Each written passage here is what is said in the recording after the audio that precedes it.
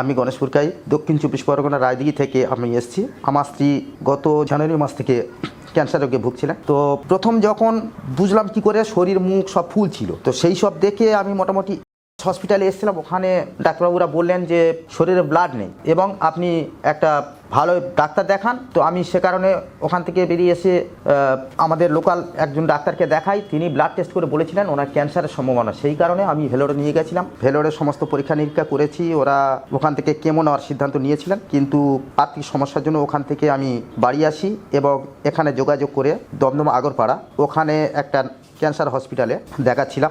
এতদিন পর্যন্ত চিকিৎসা চলছিল, কিন্তু খরচের মানে খুব ব্যয়বাহুল বলে আমি আর পেরে উঠছি না। যার কারণে আমি সন্ধান পেয়েছি এই কালীঘাটে একটা ওই আয়ুর্বেদার হসপিটালে। তো আমি ফোনে যোগাযোগ করেছি এবং ফোন মারফতে জেনেছি যে ওখানে আয়ুর্বেদ চিকিৎসা হয় এবং যারা সুস্থ হয়েছে সেগুলো আমি দেখেছি ইউটিউব চ্যানেলে। যার কারণে আমি আজকের এসেছি এখানে এবং এতক্ষণ পর্যন্ত রিসেপশনে যিনি থাকেন তার সঙ্গে কথাবার্তা হয়েছে। এখন ডাক্তারবাবু আমাদের ডেকেছেন, দেখবেন।